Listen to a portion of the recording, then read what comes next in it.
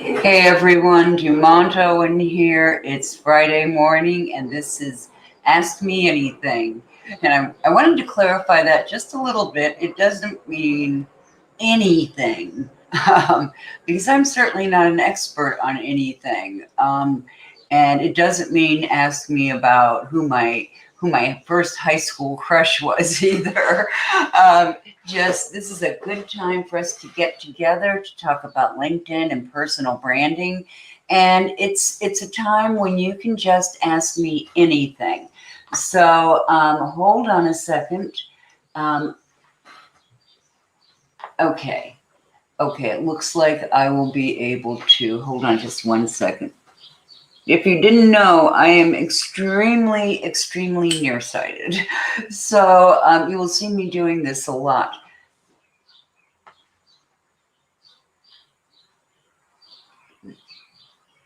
Okay, great. So those of you who have been with me for a while know that I'm very nearsighted. I think I just said that. But so my videos for a long time have started with, a side view of me, and I'm so nearsighted. I'm over here, and you see that for about 2 minutes before we actually get to the topic. But that's not going to happen anymore, and here's why. I am, after a year and a half with StreamYard, leaving StreamYard and going with Zoom. And there are several reasons for it. One is the problem with the comments because I have to be, if I broadcast in the group, I can't see it in the comments, so I have to be on the Dumont and Associates page. And I really want to be able to interact with you on an ongoing basis. With Zoom, I can do that. And I will actually be able to live stream from my webpage, DumontOwen.com, and to Facebook, YouTube, and LinkedIn when LinkedIn picks up a little bit, all at the same time. So it's going to really make it a lot easier for you to watch me. And I will also be streaming, I think it's Eventbrite that lets you do it, in one of them. I have to look into that. But the other thing that is really cool about Zoom is that Zoom has an app that you can download on your iPad and then have it to the side. They call it the sidecar, and all your comments and questions show up there. So I will be able to be looking at you. Woo, this is so fabulous. I will be able to look at you, and more important, I'll be able to respond to what you're saying and what you're asking. So I am really excited about this. It's a change, but it's not a huge change. And I've already made so many mistakes on StreamYard when I was learning that this is going to be a walk in the park. It's not that StreamYard isn't a great service. It really is. But it's just not working for me right now. So that said, I'd like to take care of a little housekeeping here. If you have not been on one of these calls before, please go to the box above me that says StreamYard and click to let Facebook share your name. Because otherwise, anything you ask me or comment on, all I see is anonymous Facebook user. And, if you want to be anonymous, that's fine. I don't have a problem with anonymity. In fact, I think it can be a good thing. But so either way, I will see your comment, I will see your question, and I can answer it. The only difference will be if you did not submit your question up front to me, then I may not have it. But you don't have to be here on the call. I will answer your question and I'll send you the link because I want everybody to have access to this. So what is this call all about? Well, I wrote in my blog my newsletter last week, it scares me to death, but I'm going to do this because I have wanted to do this for so long. There are so many of you who ask me questions, and I wanted a place where, we can talk about your questions and we can do it live so that if you have a follow-up question or whatever, you get to ask that. So in Zoom, I'm going to be able to do this a lot more easily. So I'm really looking forward to this. If you want to submit a question beforehand, I will be setting up a questions box for you. It'll come out in the next newsletter, and I'll also have it in the group. So watch for that. I will always have the link in the newsletter. And in the newsletter, I will summarize what we talked about this week. Here's another change. The newsletter is going to be coming out on Tuesdays from now on, because that makes it earlier in the week and it gives me more time to answer questions and comments and just interact with you, which is what I really, really love to do. So that's it. Okay, what are our topics in this group? Well, they can be pretty broad ranging. I mean, they can range pretty broadly. However, you would say that correctly. Because I work with solopreneurs and entrepreneurs, primarily coaches and consultants, but any professional services provider. So there might be questions around that. There might be questions around personal branding. And I'm going to talk a little bit about where branding falls in, or why it's important on LinkedIn. And it is hugely important. Don't skip getting clear on your personal brand. And I'm going to be talking about that in a little while too. But so anything that is related to digital marketing, particularly on LinkedIn, or personal branding, how you build a brand, what it is, how it's different from your company brand, how to promote it on LinkedIn. We're going to be talking about all of those things. But what I want you to know is that we're going, personal branding. Let me back up a second. I've been training people on LinkedIn for, 11, 12 years now. And at first, I didn't really push the concept of personal branding, although I have all of these certifications in it. I'm a master personal brand strategist. And that was really, really a good fit for me because I come out of the field of career development, and I'm really used to doing these kinds of assessments that help people understand who they are, what their passions are, what their values are, what their strengths are. So I was already very familiar in using a lot of assessment to help my clients clarify where they were. What I like about personal branding is that it supplies what I thought was a missing element. It facilitates the conversations that I would advocate for someone who's considering what career they want to pursue. So when we talk about personal branding provides that missing element, feedback from people who know you well enough to be able to comment. And that is so important because, excuse me,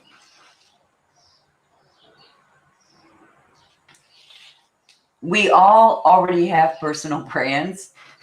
Sorry if this is alarming to some of you. Hold on a second.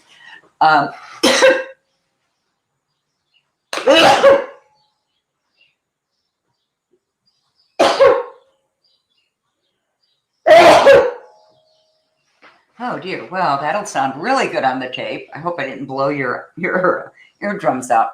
Anyway, the thing about personal branding is we already have brands, and yeah, that can be a little disconcerting if you didn't realize it beforehand. But the cool part about that is that people who know you know your brand. They might not know how to phrase it. They might feel like they're, kind of being a busybody if they mention things, but they already know your brand. So their feedback on what your brand elements are is really, really essential. And what I love about personal branding is that it facilitates that interaction. So, so what exactly is a personal brand? And don't worry, I'm getting into your questions again, but I wanted to talk a little bit about this. Your personal brand is a number of things. So there are a number of key elements of your brand. Your brand is who you are authentically, and in that business environment, how you project that brand. But your brand is the same. It doesn't change. So if you are well branded, then the person who shows up at your son's Little League game, I think they still have Little League, who sings in the church choir, or plays Trivial Pursuit with your neighbors, or, hey, has her own business or his own business. Those are all important pieces, okay? Because that's who you are when you show up in the world. So what goes in, what is in your brand?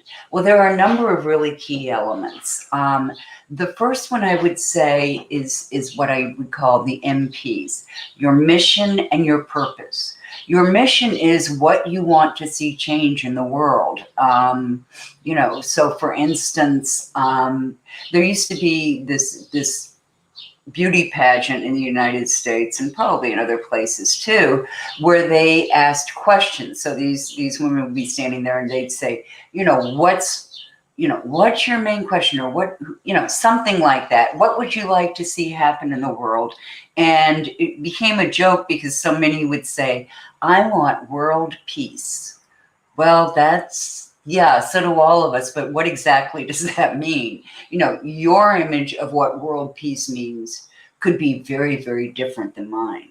So a mission of seeing world peace is a great mission. But then you have to get a little more focused, and that's your purpose.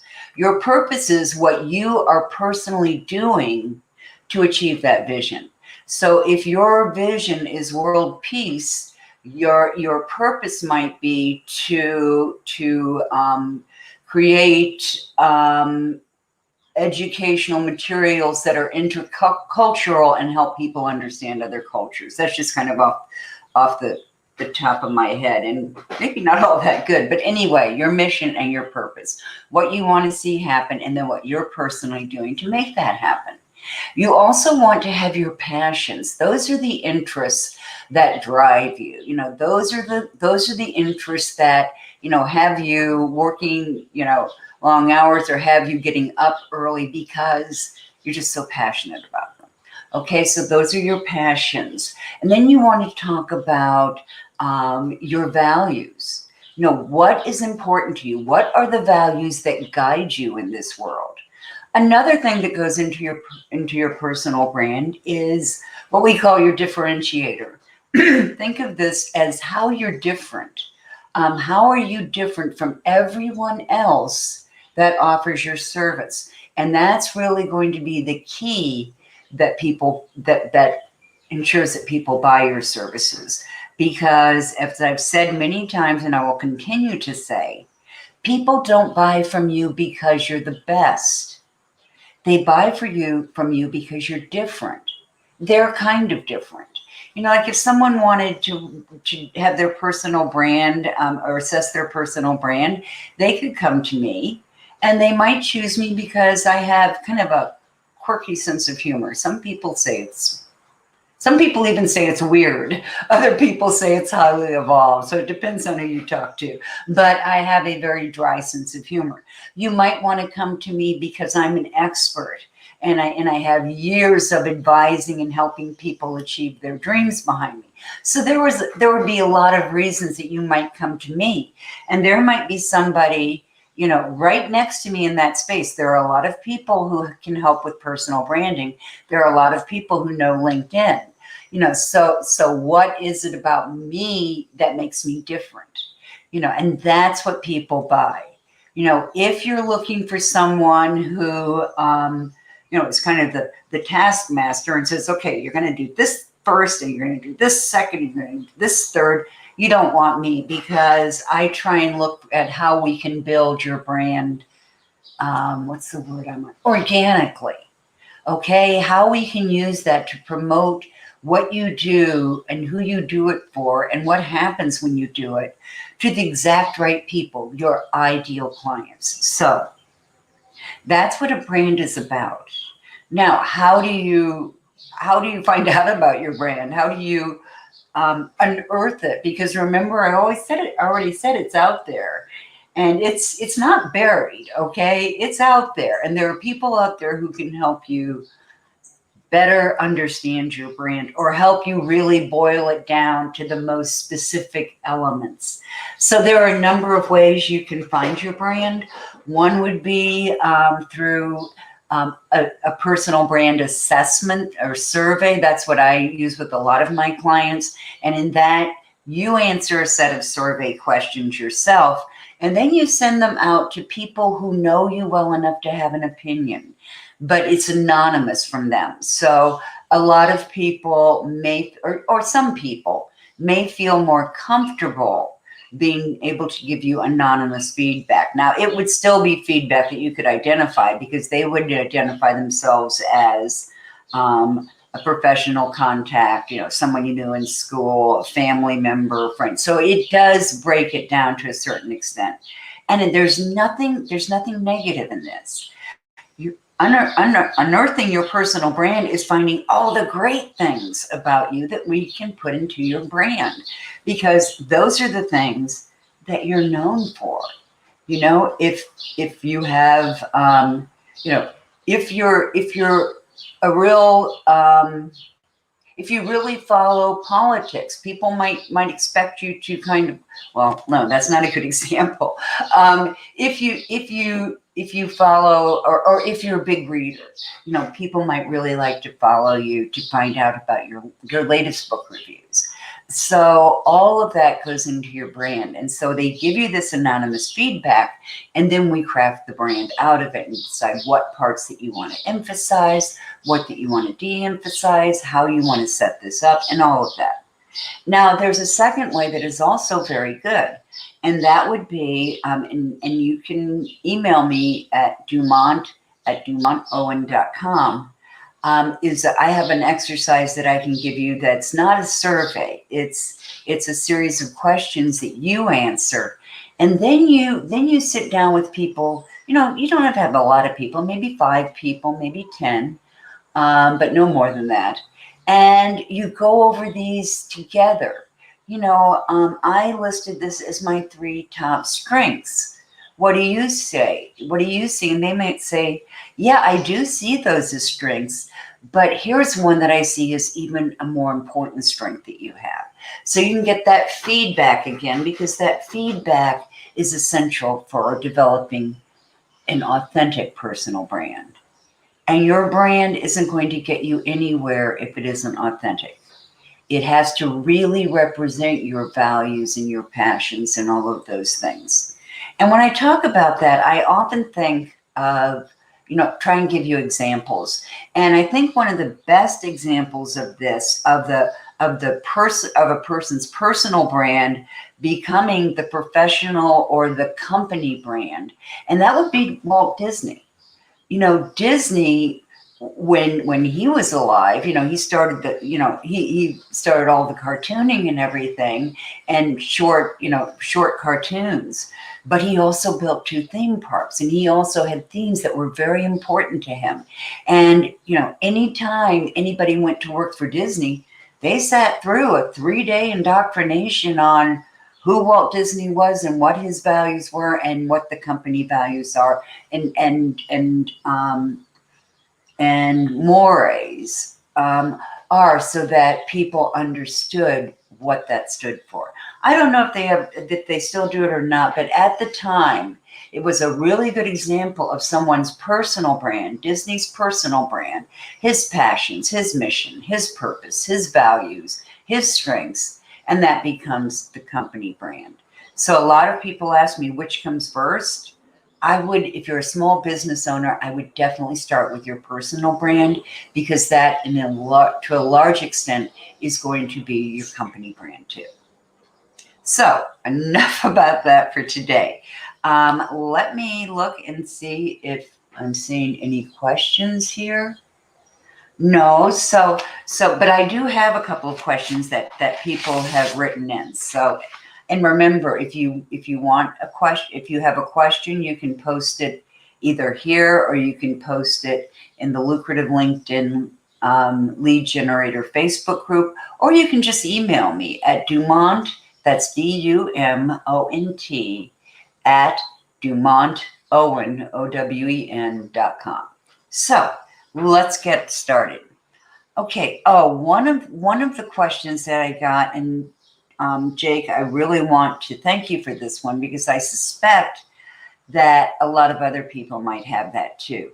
LinkedIn for a long time didn't do anything with hashtags, and Jacob's question is, how can you use hashtags on LinkedIn?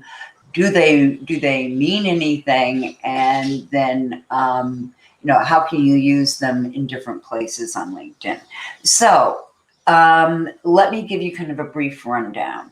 Hashtags, well, first of all, what are hashtags? Hashtags are like keywords, okay? And people on LinkedIn can follow hashtags. They have that opportunity to follow different hashtags. And that way, if you have that hashtag, or if your post has that hashtag, your post will show up in their feed, theoretically. Doesn't always work that way, but in general, that's the best place to use hashtags. Now, you can use hashtags in your LinkedIn profile title or in your summary. Just know that those aren't searchable. It's not like on Facebook where if you put a hashtag, everybody sees it. It doesn't work that way. But if you have that hashtag in your title and you have it in your summary, it may signal that you are social savvy, that you get it. It may just, people may just be going, what's that? What is that thing in her headline? Or they may be on your company page and they're not searchable there either. So the best place, the most profitable place you're going to use LinkedIn hashtags is in your posts. And just to let you know, in fact, hold on. I think I'll share my screen here. Give me a sec. No, wait, I'm going to pull this up first. Hold on a second. Okay, let's go to LinkedIn. Okay, now I'm going to share my screen.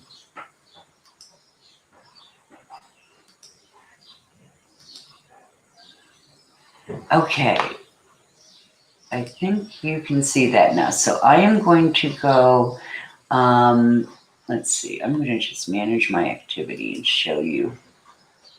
No, I'm just going to do it here. Okay, so when you are creating your LinkedIn post and you go to your home page, you click in here, and that's where you start it. Now I want to show you on your home page, and remember, I'm nearsighted. You can put photos, videos. I believe that's videos. Yes. Events, or you can write an article or post something like that. And when you do, it will give you that opportunity to include a hashtag.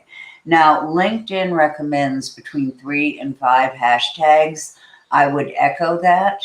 And I would use the same hashtags every time. So in my case, I might use LinkedIn, lead generation, digital marketing, LinkedIn profiles, and maybe I'll have my own hashtag at lucrative LinkedIn lead generators so that people will know what that is, although that's kind of a long hashtag. But that means that people will get used to seeing your hashtag and they will associate it with you. So you want the most common ones that that people are looking for. So that may require a little research. After I finish here, I'm going to put a couple of links below. One is a link to the 100 most popular hashtags on LinkedIn. That's really good advice, really good information. And the second one is to a profile checklist, that LinkedIn profile checklist that I just added, that will help you with your LinkedIn profile, definitely. And it's going to lead into some other free gifts that I have for you. A complete LinkedIn profile guide, a set of templates that you can use, and 8 videos. So hop on over. I'm going to put that link below, and hop on over, grab that checklist, and at the same time, you'll be signing up for my newsletter, which you can, opt out of. My feelings aren't going to be hurt. I only want you to get my newsletter if you think it will help you. But get over there, hop on that LinkedIn checklist, because that will also you'll also get the LinkedIn guide, the LinkedIn templates, and the videos. They just come over the next few days. Okay, so that's kind of about that. Okay, what are some tips I can give you on hashtags on LinkedIn? Well, the first one would be don't use punctuation. I would love to say at the lucrative LinkedIn lead generator and have, like 3 exclamation points behind it, but it screws it up. So don't do that. And also don't space. And it took me a long time to understand this, but if for instance, one of my hashtags is content marketing. If I separate it, if I did it hashtag content space marketing, it's not going to work. Okay, you have to have it as all one line or one string, no spaces, no punctuation, and do keep it professional. So make sure that the hashtags you use are relevant to the content that you produce and what your company does. Okay, one great place, and I just showed you that, is to put your hashtags in your comments, because once you do that, right here, so put in, I could say, hey, I check out my brand new LinkedIn profile checklist. Okay, and I could put that there, and then I can click this, and it's going to let me add hashtags, and those hashtags will go out to people, or it will put your content in front of people who are following those hashtags. Okay, so that's a really important thing. You can put them in your title, you can put them in your summary, you can put them on your company page, and I would do all those things. But I would also be very sure to use them when you do posts. And you can do on LinkedIn, you can do video posts, you can do text only posts, you can do polls, which are really popular right now. You can do short lists. It could be, I could say, okay, here are my favorite 10 ways to promote your personal brand on LinkedIn. And then I could say, did I miss anything? And, ask that question. And then I could, once it's posted, go into comments and mention a few people, tag a few people at so-and-so, at so-and-so. What do you think? Do you have another favorite way or favorite place to post or to promote your personal brand on LinkedIn? So I could say, at Jane Dole, I don't know anybody by that name. Personal brand strategist. Do you have any other advice? So you can tag people and ask for their comments. And LinkedIn really strongly suggests that you do this. And here's why. It really increases engagement. That's the thing. It really increases engagement. Now, having said that, there's one thing you don't want to do, and that is put tags within your post. Don't use those hashtags. Well, you can do the hashtags in your post, but don't ask people for their comments. Don't do the at Jane Dole, at Dumont Owen, don't do that within your post. Do that in the comments afterwards, because that's what LinkedIn suggests, and that's what's going to notify people that you just posted something and you tagged them. So that's going to tell them, oh, I have an opportunity to participate in this discussion, and maybe I can add something else. So you really want to use those comments to put to tag people and ask their perceptions. So when you do your comments, I'm going to discard this. Okay, so when you do your comments, you have that opportunity to put the hashtags in. Let's see if I have any other things I wanted to say. Well, no, but hashtags really, really work. And be sure when someone asks you and tags you with a question, when you answer, use one of your hashtags. If your hashtag is your name, I could use Dumont, hashtag Dumont Owen, or I could go hashtag Dumont and Associates, whatever that is, but keep it consistent. When you put the hashtags in the comments, it gives people another opportunity to follow you. Okay, and that's what the name of the game is today on LinkedIn. It's followers.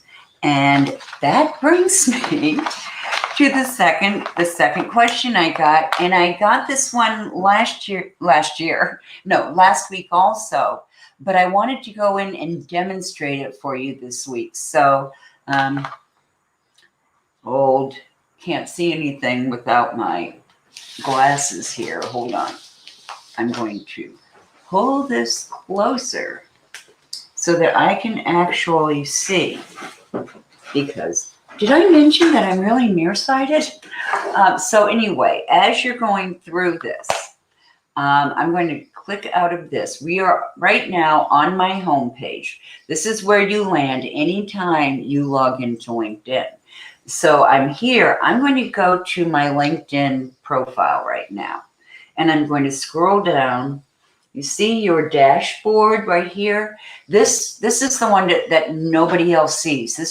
You are the only person who can see this. And there's a lot of really great information on your dashboard. For instance, who viewed your profile? Now, I have Sales Navigator, which is one of the premium services. So I can see anyone who looked at my profile in the last 90 days. So, if I look at her, she's an accountant. Or, okay, here's a woman who's a CEO for a career counseling service. And she would be, whoops, I didn't mean to do that. She would be a potential person that I might want to connect with. So, that gives you a little insight into who they are and that you came up in their search and why. You can also look at, it says interesting views. I'm not sure why it calls them that. But all of these, this gives you just some really great information. But let's go back to the dashboard now, because I want to show you the follower mode. So anyway, on your dashboard, here's how many people are following. Here's how many people actually looked at my most recent post. And this is who viewed my profile. This is post views, and then this is the searches that I appeared in. But that's not what we're looking at today. We're looking at creator mode. So see this right here. This is the first thing that shows up on your dashboard, and it says off here.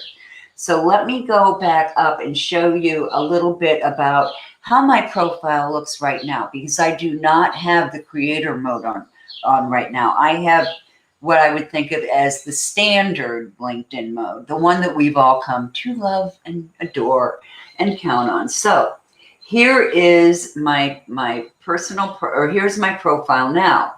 And you'll notice here, it says open to, because I'm the one seeing it and it's my profile. If you were looking at my profile right now, it would say connect. Okay, and it would also have another button here that would say message. Okay, and right here, you would see a 1 because we would be directly connected. If you see a 2, that means you're not directly connected. You're directly connected when one person offered an invitation and the other person accepted. That's your first degree connection. Your second degree connections are people that your first degree connections know. They're in their followers. I mean, they're in their connections. So those people are really important, because when someone who is a first degree connection makes a comment or shares it, their first degree connections see that. So that's how you get a lot more connections seeing it. Plus, your first degree connections are the people who can introduce you to that person. And, you know, in my mind, it's a little more comfortable contacting someone if someone else introduced us. You know, if someone said, hey, you know, you should talk to Duane Owen. She knows everything there is to know about LinkedIn. You know, thank you. Thank you for the great introduction, whoever it was. But introductions make it warm. You know, introductions are, if you think of them kind of in terms of cold calls, there are yeah, you know, there are warm calls and there are cold calls. Cold calls means they don't know anything about you. They just came up on your list. Warm calls are people who have reason to know about you, and so they're a little more comfortable. So you can think of, you know, contacts who are second degree connections that you're introduced to as warm connection or warm invitations because they're already expecting you to connect. So that's a great way to get more connections. And one thing that will really help is if you are asking someone to introduce you, include, say why you would like the introduction, and also include just 2 or 3 sentences, make it really short, about who you are, what your brand is, what your services are, okay? So that they feel comfortable in introducing you. Because if they have 9,000 connections and you can have up to 30,000 connections on LinkedIn, they might not exactly remember you, okay? So you're helping them there. So always be courteous to the first person connection you're asking for an introduction. Okay, so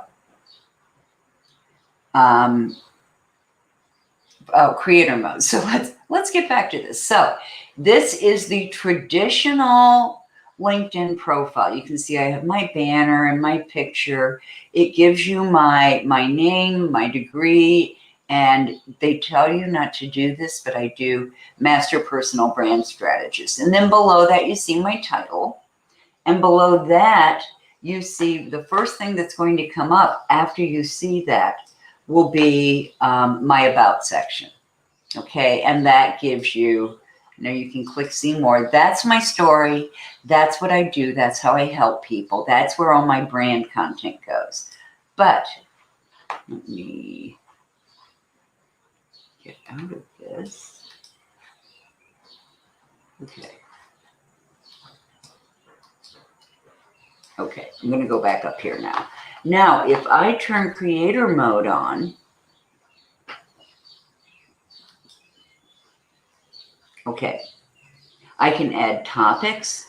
So, you know, I can put in my link, I can put in my hashtags there. So I can talk about the topics. I can give an indication of what topics that I publish on.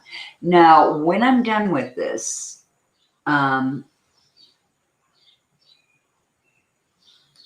okay, I don't need more tips. So creator mode is now on. I am going to reload this page so that you can see the difference. And at the top, you're really not seeing much of a difference. And remember, the dashboard doesn't show up to anybody else. But now, instead of seeing my about section first and then going into my activities, you see what I've featured, okay? And these would be posts, videos, presentations that really present you in a good light, that are really great information for someone who's thinking about connecting with you or following you.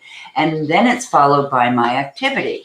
So people get an idea of what I'm all about. So, you know, here I did one on, you know, LinkedIn's new features. This one was about a webinar I was putting on.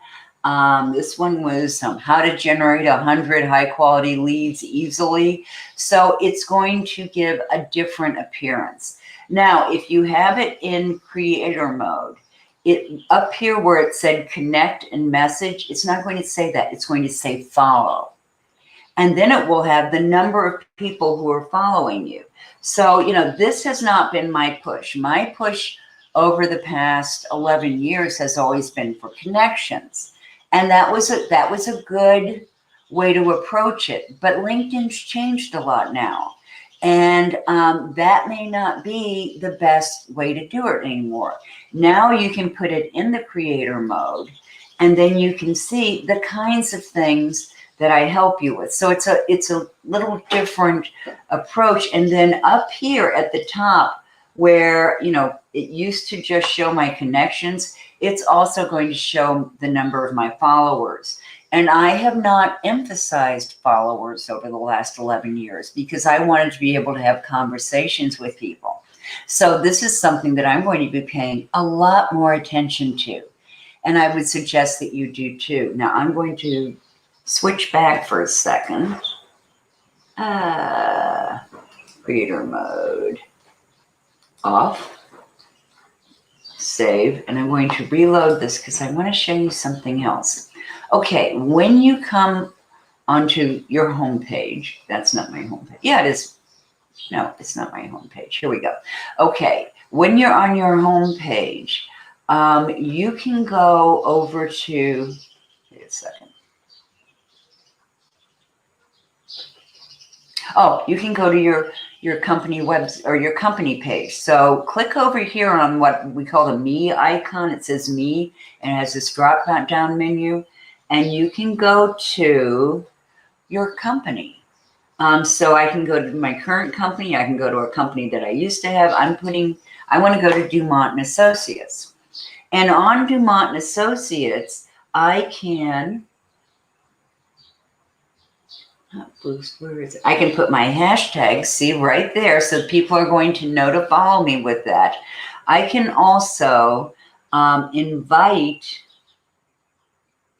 no, it's not there. Where is it?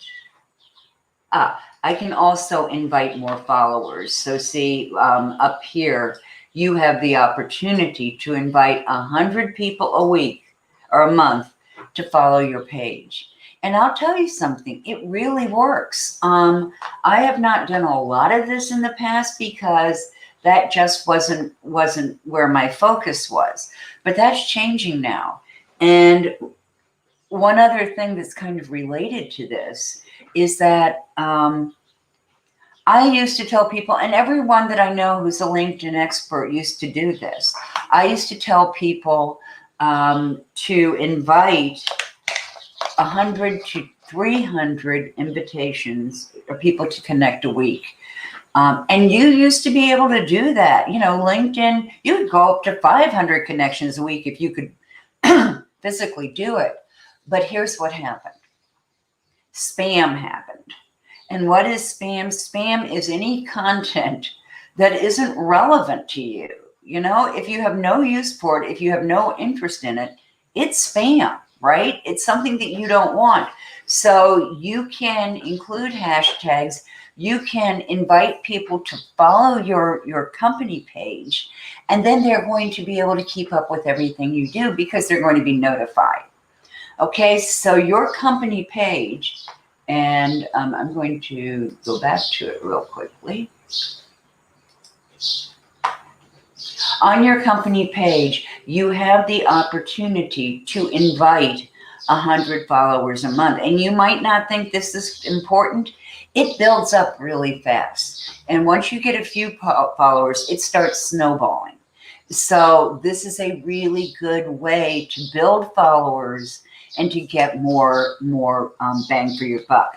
And why is it important to build followers? Well, let me go back again. I'm going to go back to my profile for a second. When you are on the regular, what I'm on right now, and you are not in creator mode, all it shows is your number of connections. Now, that's great. And the magic number there is 500 because once you get to 500, it only shows 500 plus. It never gets over that. Okay, so you could have 30,000 connections and no one would know that because it shows you as having 500 plus connections. Now, if they go in, they're going to soon find out that, hey, there are a lot of connections here. But if you want them to see your connections as, showing that you are connected, that you are in for the play, that you're showing up, that you're here regularly, then you might want to build up your followers, because you can have an infinite number of followers. You could have, 1 million followers if you can get that many. And I'm sure there are people who are on their way. But this is a great way. So get followers from your posts by using hashtags.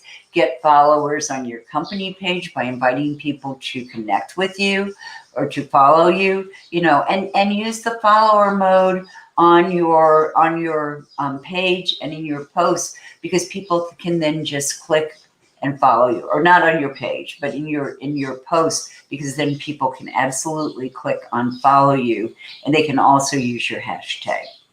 So that's a little bit about hashtags. That's a little bit about creator mode. Do I think creator mode is a good idea? Would I recommend it? Yeah, I would. But not if you don't yet have 500 plus connections. Focus on those connections. Get connected, then focus on followers, because the more connections you have, the more people you're going to be able to connect with, and the more people who are going to be able to comment on your posts. And this is my last bit of advice here. LinkedIn focuses on engagement. They focus on how well you are engaging with other people, getting conversations started, and they really want to promote that relationship building. So use this in everything you do. Do everything you can to get those followers, but remember to use hashtags correctly and not use too many of them. LinkedIn says 3 to 5 hashtags. I would follow that. If you can get it down to 3, even better. And the other bit about hashtags that I recommend is that you always use the same hashtags. That way people are going to be used to seeing them. While I'm here, one last piece of advice: post at the same time on the same day every week. And what I started to say a while back is that while many of us used to suggest that you post 5 days a week, there's so much garbage out there. Just post once a week and make it a really good, relevant, informative post. So let me look over here real quick, see if I'm going to stop sharing my screen. Okay, there we go.